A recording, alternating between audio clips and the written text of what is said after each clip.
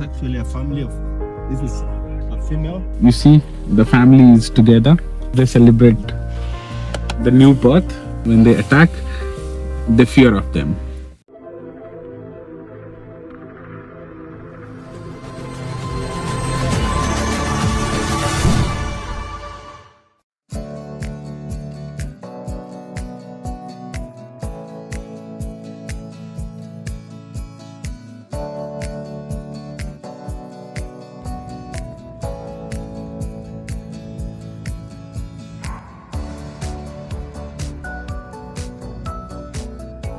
It's actually a family of, this is a female.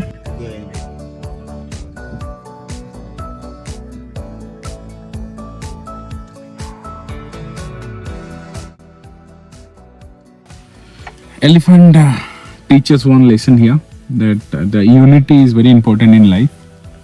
So you see, the family is together. The good thing of elephant is they celebrate the new birth, and also they do celebrate the unity. So it's very difficult, even like lions and stuff, when they attack, they fear of them. So it's a lesson.